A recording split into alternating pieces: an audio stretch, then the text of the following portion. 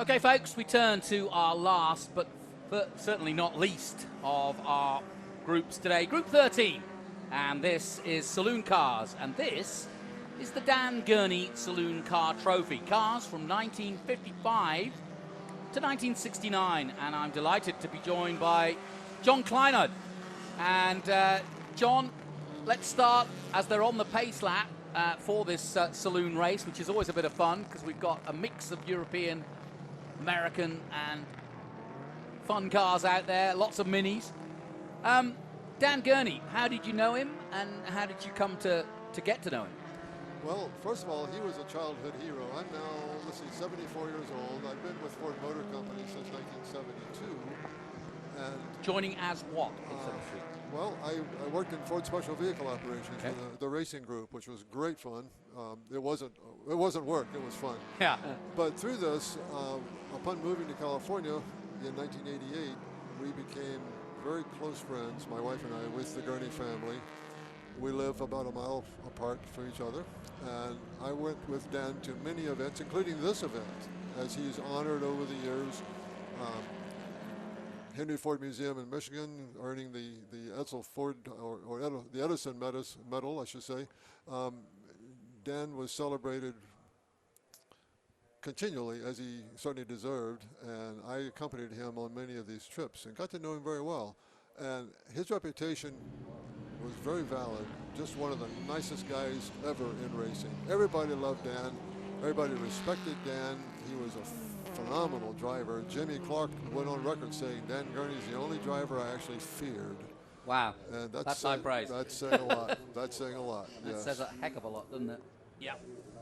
Well, of course, he, in his portfolio, winner at Le Mans, winner of so many great races, but also, just like all of our groups this year, and I don't know if you'd agree, but Dan and Jim Hall, all of these guys, they weren't known for being a one-category wonder, and I don't mean that rudely. I mean it that these guys were multiple champions and multiple purveyors of different cars and different championships, and each and every one they seemed to throw their hand out, they were successful. Yes, that's true, and in those days, the race schedule wasn't as impacted as it is now. There's so many Formula One races, those drivers don't have time to do something else. In Dan's era, they did have the schedule flexibility to drive Can-Am one day and Trans Am the next and Formula One the next and Indy the next. They could mix and match, and that broadened their skills, I think, and they had a lot of fun. It was very evident. They just enjoyed the racing. You know, Dan invented the idea of spraying champagne when you win a race. Did he really? Yes, he was the man when he won Le Mans. So we always think of the Gurney flap, but no, champagne as well. I like absolutely, that one. Absolutely. He was always, in a way, he never grew up. Yeah. You know, he was just he had that teenager spontaneity and fun factor through it all.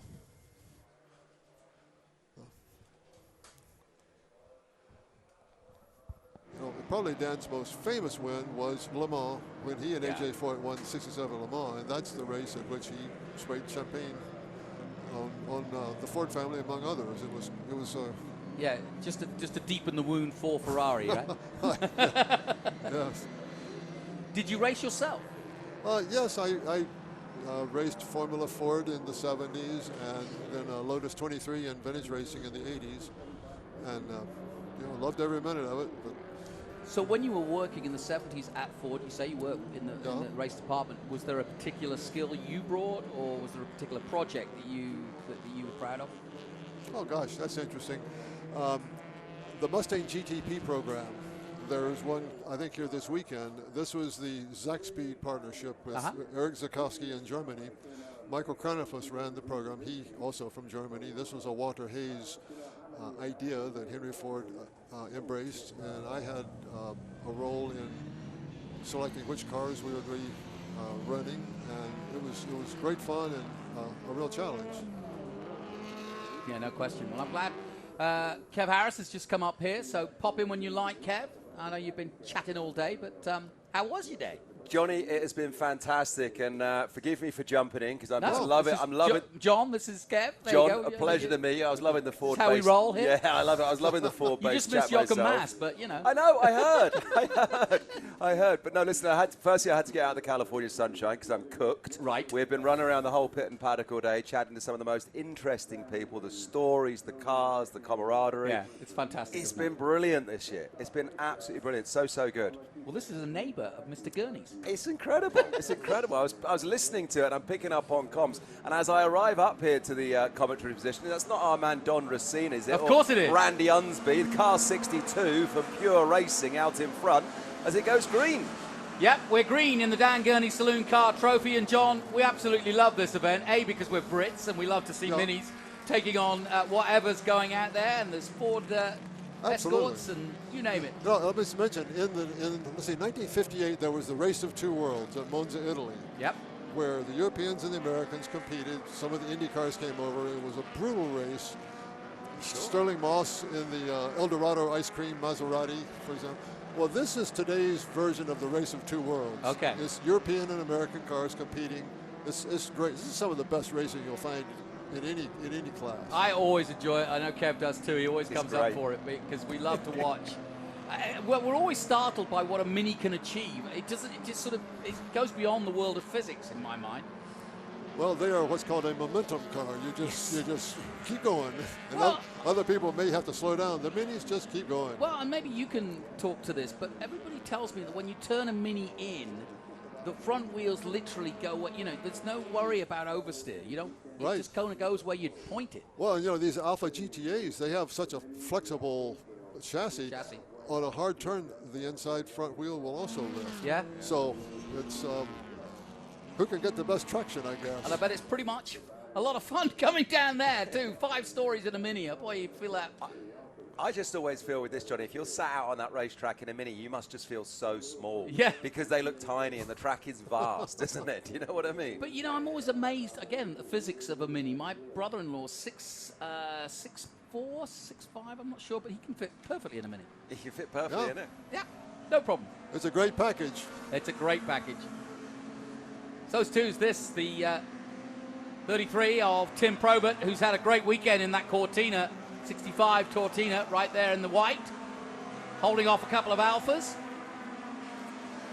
Actually, one of the competitors, David Woodhouse, in his Mini, he told me that by changing from Dunlop tires to Hoosier tires, he cut 7 seconds off his lap time. Just the tires. Huh? Just the tires. Wow.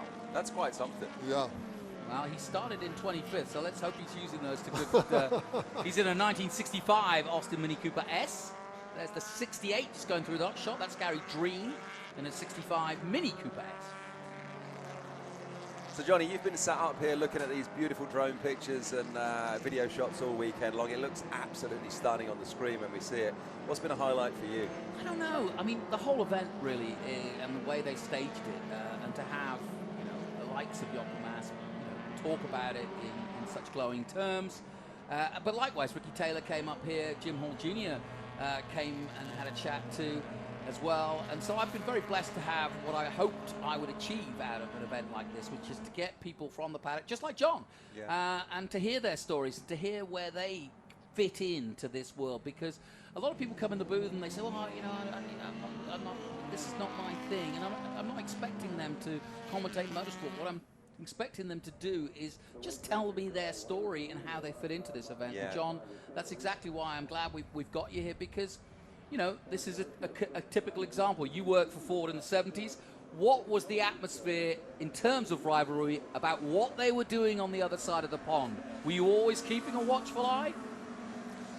Actually, in that era, 70s and the 80s, America was emulating the Brits. Right. Yeah.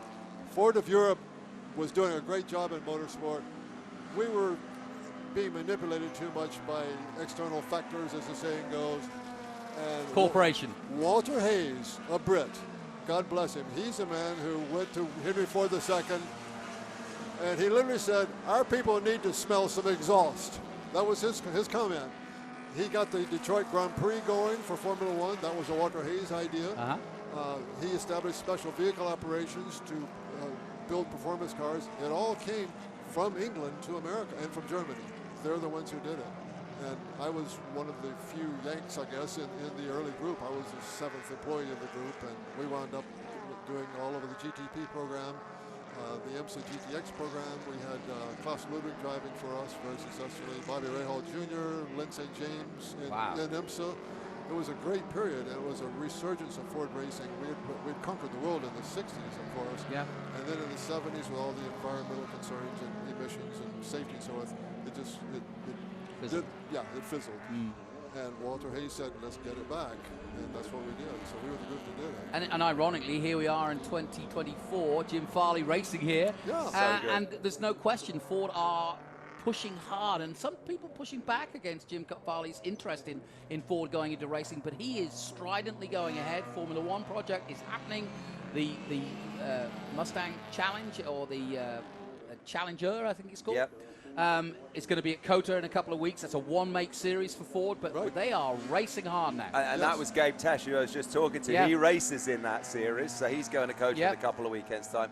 Inspirational story. If you want stories, just have a chat to Gabe and listen to that. Recovering from cancer and recovering from brain cancer at age 11, and then now 10 years later at age 21, he's a race car driver. He's raced in that series. And yeah, you mentioned Jim Farley. I mean, it's so good, isn't he? The guy's the CEO of a global organization. On his weekends off, he's here in his race overalls, getting down and dirty with everyone else. He's going wheel to wheel, hard charging with the best of them. What I haven't go ahead. The Mustang GTD that was shown here today. Yeah. That's Jim Farley's baby. Yeah. And he said very simply, we're going to emulate what Porsche has done very successfully. Yeah. We're going into GT3 racing. We're going to have single mark racing. We're going to run at Le Mans, which we just did. Got a 3rd place. Not a bad way to go. Yeah. So this is all, as much as Walter Hayes envisioned the return in the 80s, Jim Farley is leading the return, you might call it, or certainly the continuation today. It's an important time for Ford, isn't it? It is. And for all motor companies, to be honest. But motorsport does a lot for the image of a company. Yeah. Whatever the naysayers might say, they're wrong. Motorsport means a lot. People love a winner, and Americans are competitive by nature, as I think people everywhere. Certainly the Brits are competitive by nature. Look at the Olympics that just happened. The national fervor about that.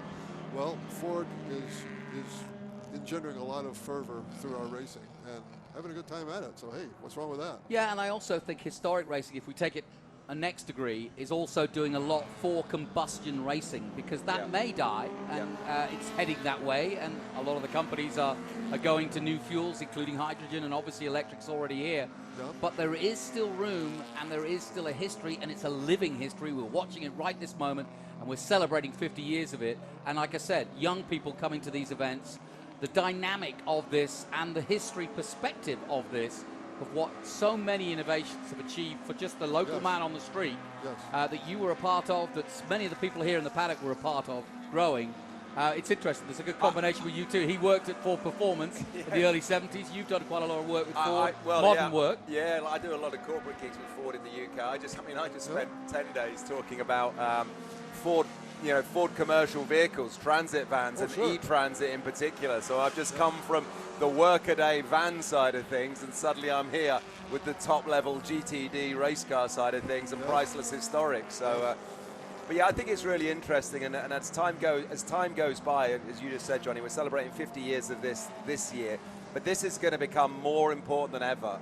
Preserving these cars and continuing this as time goes by, it's become more important than ever, because younger generations coming through, if nobody looks after these things, they're not even going to know what they are or what they were. You know what I mean? Yes. And go ahead. Well, you're mentioning fuels and EVs and so forth. The internal combustion engine is going to be with us for a long time to come. Fuels themselves are becoming cleaner. Chevron, I was in a seminar yesterday with people from Chevron saying we're developing gasoline that is environmentally phenomenal. Yeah. And it's going to enable the continuation of internal combustion. Ford Motor Company, we've got an ad in today's program saying, take your choice. We'll give you pure electric, we'll give you hybrid, we'll give you internal combustion. And we plan to continue all three. The consumer can decide, we'll offer all of them. And that, to me, is the smart thing to do. People forget we had electric cars in the early 1900s. That's right. They've been around a long, long time. They actually have. But and listen, guess Johnny, what? They had I'm rain. going to jump in. Go for it. I've got to say cheerio because I am being dragged down to the paddock area. I don't see anybody dragging you. Yeah, I am. There's going to be a hook coming in here. Fair But enough. I got to go down to the picnic in the paddock area good. because for prize giving, which is happening at 5:45. Did you win? I haven't won a thing, Ah. but apparently I got to give out some awards to some lovely folks who have. Go do it. So I got to go do that. But listen, But John, come back with the pleasure information chatting for to you. 2025. I want to know what's happening. Yes, for sure. Johnny, thanks ever so No, much. my Always a pleasure. pleasure. Great Always job a up pleasure. here in the booth, and hopefully we'll be back next year. Thanks This for rocking event and will rolling be with for me. sure. It's been fun, as All right, always. buddy. Take Safe care. travels.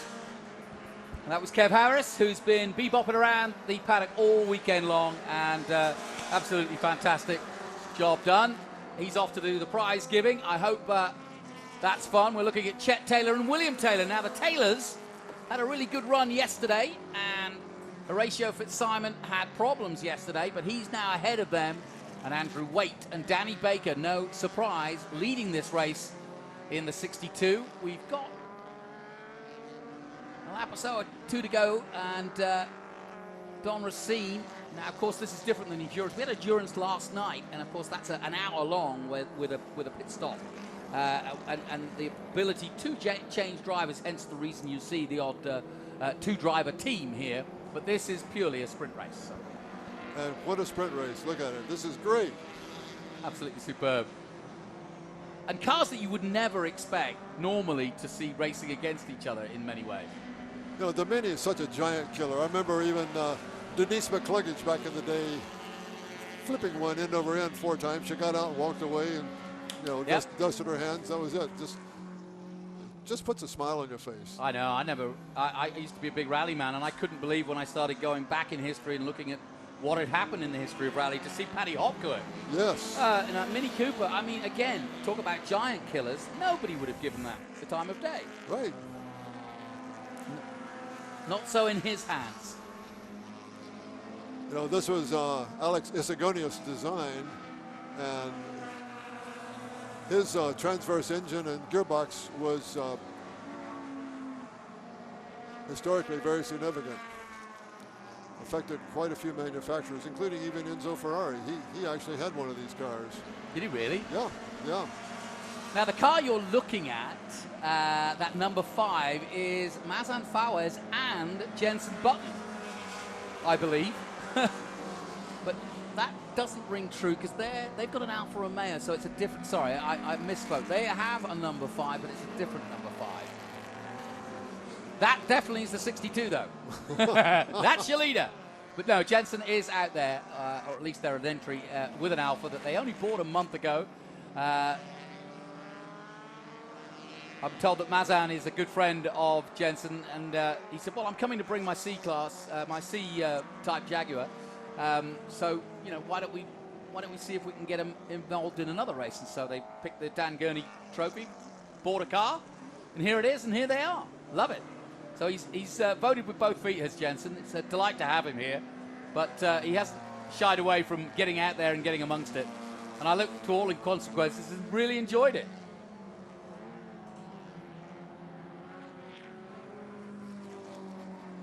You ever raced a Mini? Never have. I'd love to own one. Wouldn't we all? I think they're great.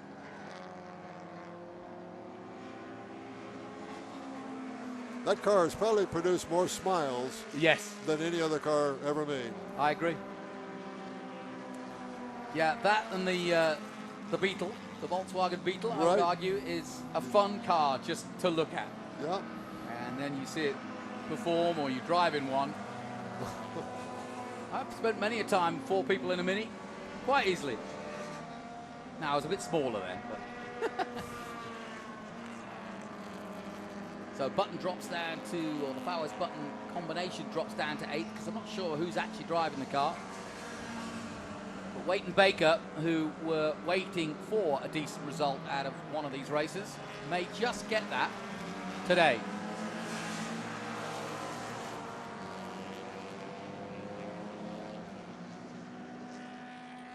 And Andrew Waite and Danny Baker in that 65 Mini car. This is a car that was built in 1966 to race by Randy Unsby as part of a 3-car team with his brother, and it was purchased and restored by Mini legend, Don Racine. Here's Jensen. There's the 5 that I was looking for. So that's the man himself, Jensen Button, former Formula One world champion, throwing his legs at a good old Alpha and getting into the spirit of historic racing. Great to have him here. And look at those 2 minis sticking to him like glue. Amazing. You know, that's got to be a quick Alpha and well driven. And the minis are right there. Yeah, exactly. Yeah, you know that there's no lack of ability behind the wheel. Although I will say, in Jensen's defense, he's never raced Laguna Seca. He's been around it in road cars and done bits and bobs corporately, but he's never actually raced here, so good on him. I'm sure he can catch on very quickly. Yeah. Well, I was laughing at it in his C-Type, the size of the wheel compared to what he must drive, you know, even today in the used Porsche in WEC, which he'll be racing in a couple of weeks' time here in America, at Circuit of the Americas. So opposite to what he's used to, but he loved it. He loved the mechanical feel of being at one with the car, he was saying, leading into this event. So, yeah, good on him. White flag is out. Good to see a British flag on top of the Mini. Oh, side-by-side stuff. The flag's being waved. Is anybody taking any notice? Just about. Oh, boy. Whey! Oh, yes. There. Why take the normal line when you can take a straight line? Absolutely. He is racing. Look at that. Hey, up the inside at Rainey. Oh, why not? If you can take one, take 2. Look at that. I love it. Oh, he's coming to the end of the race. He's got to do something. Pulling the big plug. I love it.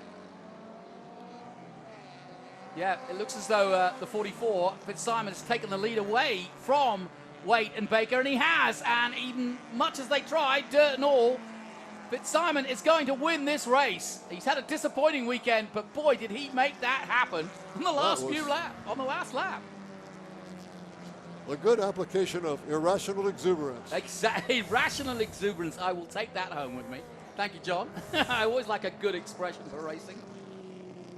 All right, so Horatio Fitzsimon wins our final race in honor of Dan Gurney, and I would have thought, thumbs up from him, and I would have thought upstairs Dan Gurney is looking down saying, you know what, pretty darn good effort, well done. So then, that concludes our coverage of the reunion. My thanks to John Kleiner to join us for this last group. Thank you, sir. My pleasure, thank you. Always an insight.